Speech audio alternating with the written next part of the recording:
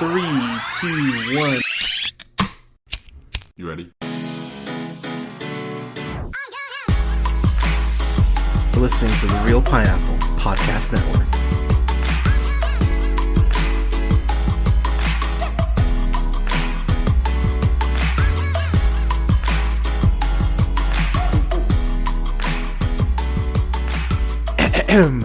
Good evening, ladies, gentlemen, theys, and gays. This is the Real Pineapple. This is your humble host, Hunter, here.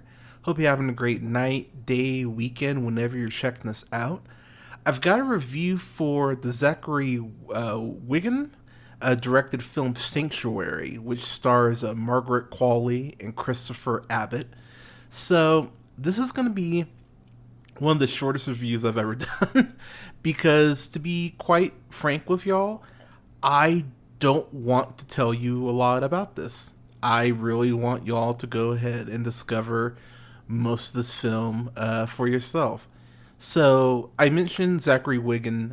He went ahead and he was a writer on Homecoming, which was that Janelle Monáe show that was on for 2 seasons, I want to say, on Prime Video. Heard it was pretty good. Never got around to it myself. But then he did a film called The Heart Machine back in 2014. And that's it. It's The Heart Machine 2014. It's Homecoming in 2020. And then it's Sanctuary. And Margaret Qualley, you know from quite a few things. You know, she's been in Once Upon a Time in Hollywood. She was in Death Note back in 2017. She was in The Nice Guys. She's been in quite a few things. And then Christopher Abbott, you know most likely from Possessor, which shout out to my friend Brandon. I need to watch that. I need to watch Possessor. I promised him I would at some point here in the next month. I probably will. But he was also in A Most Violent Year, which I think is a horribly underrated film starring Oscar Isaac and Jessica Chastain. So here's the thing about this movie. It feels like it's going to be about one thing, and then it ends up being about something else. So what I can tell you, because again, I'm going to be very not spoilery about this. Christopher Abbott plays Hal, who is in a prominent position. And we find out that he has recently lost his dad. And so he's next. He's the one who's going to go ahead and take over this empire. And Hal and Rebecca have this dominatrix relationship. That is what Rebecca is to Hal. And as things start to unravel throughout the night, we learn more about Hal and we learn more about Rebecca. And that is about all I can give you without really spoiling things. And what I appreciate about this movie in particular is not just the aforementioned, it starts off as one thing and then it evolves into something else. But I went into this cold, and I would really recommend that if you're going to watch this, that you don't watch the trailer. I know that sounds weird, but I really think that your experience will be enhanced the less you know about this movie. Pretty much what I told you, that's all you need to know about it. And I'm saying that specifically intentionally because there are so many surprises that await you, and there are things that had my mouth was just hanging open. I was like, what the hell? Really? You're doing this thing? One thing I have to give a ton of credit to Zachary Wigan about is the way that this is filmed. It's really filmed very similar to a 2-person play. Just two people vibing off each other, and this dialogue is razor sharp, written by Michael Bloomberg, who went ahead and also has wrote on Creative Control back in 2015. He was also the creator and the co-writer on the aforementioned Homecoming TV show. So that makes sense why they have that connection. But the dialogue in here, I found truly inspired. I was really just sitting there going, wow, this is the way this cuts this cuts through the skin a little bit, as far as some things that Hal and Rebecca say about each other, in the way that their relationship, you know, as I mentioned, it is this dominatrix relationship, and then what it devolves or maybe evolves into. You're just sitting there going, whoa, this is almost like jet lag, in the best way, as far as the multiple directions that this goes ahead and takes. It feels like a fever dream, and I really mean that as a compliment, because as Hal is dragged into these depths of despair by some of the things that Rebecca says, you're sitting there going, okay, I actually don't know how this is gonna turn out.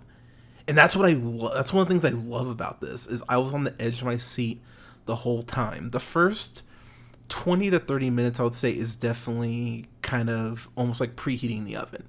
You get some little things here and there, some little droplets, and you're kind of sitting there going, okay, this is interesting, this is interesting. And once that first third is over, it's just kind of all hands on deck, and this movie just starts hitting you with uppercuts. And I I was texting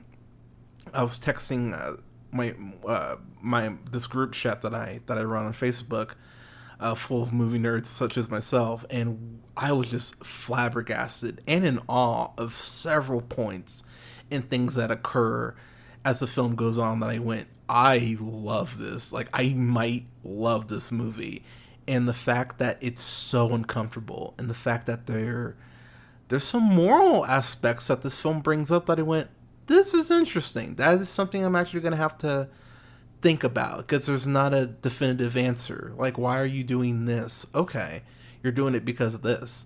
And some of the things that are brought up in that first third, the way that they go ahead and loop back to these things, I went, that's really clever. And it seems like a thing that might just be throwaway, but everything that happens in this movie, and every kind of little, I don't want to say nitpick, but every kind of little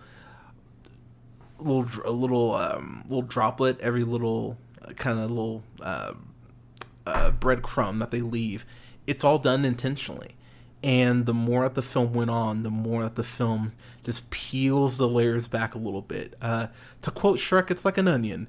This is very much an onion movie, in the sense that you are going to find things that you're just going to be surprised by. But as the film goes on, the film goes ahead and reveals more. And what it reveals is freaking awesome.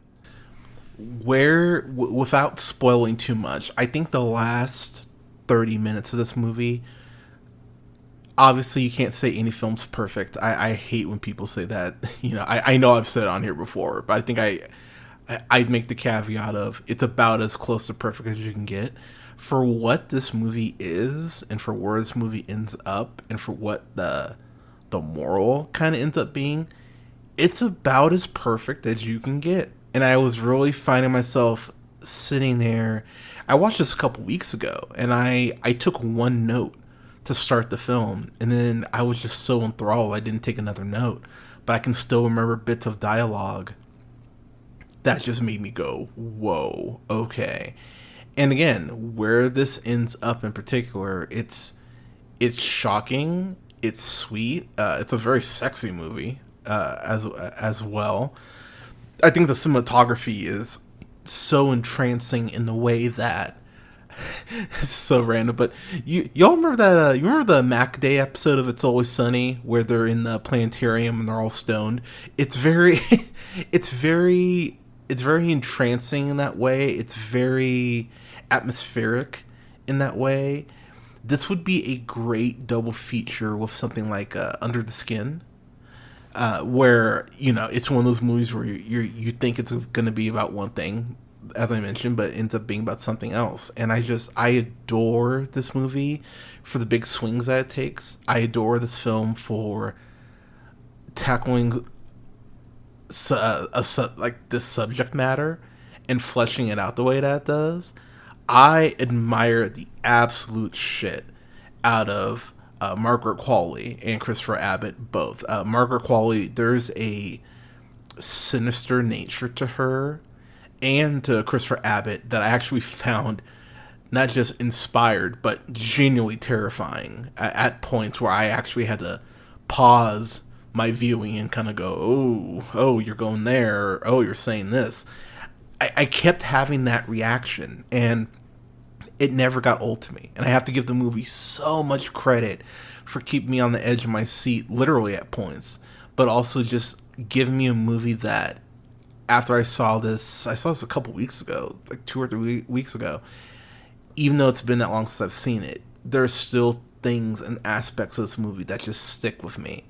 And I actually just want to get a physical copy of it, because this is a Neon production. And if y'all have listened to the podcast for a decent amount of time, you know how much I love A24 and Neon and just indie film in general. And this is such a awesome indie film that everyone should watch. This is currently on my best of, my top 10 for this year. I absolutely adore this movie.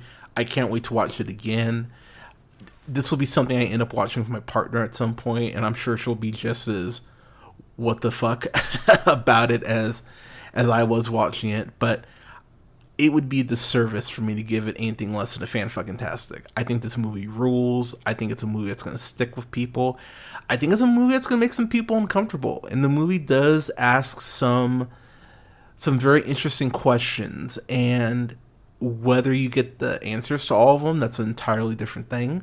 But some of the swings and some of the notions that the film does put out there, as the audience, you do kind of sit back and go, huh, like, can I apply that to myself? Oh God, am I Hal? Am I Rebecca? Oh God, like it's a really fascinating film for self-reflection as well. And I think this really is going to be something that, as we get closer to Oscar season, assuming the Oscars happen when they're supposed to, as we get closer to Oscar season, I think you are going to see more people starting to discover this film and kind of be amazed by it. So this is a fan-fucking-tastic of the highest degree. I had so much fun with this movie.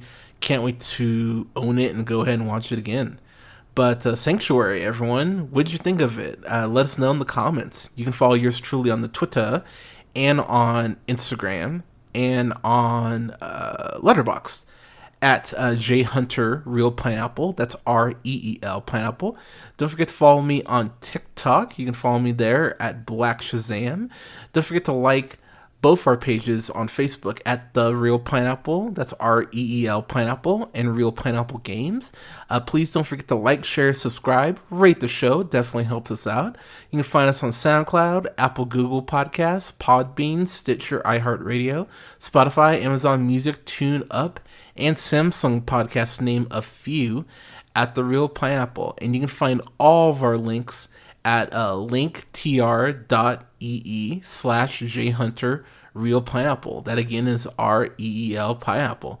Thank you so much for listening, everyone. The show is going to be on hiatus for the month of August, but I will have some pre-recorded stuff for y'all to go ahead and watch, including reviews of Indiana Jones and Dial of Destiny, including a review of The Flash, and got some other stuff that I haven't uploaded yet that I really need to. But everyone, thank you so much for listening. Stay safe out there. Take care of each other. Thank you so much for your support, and we'll talk to you soon.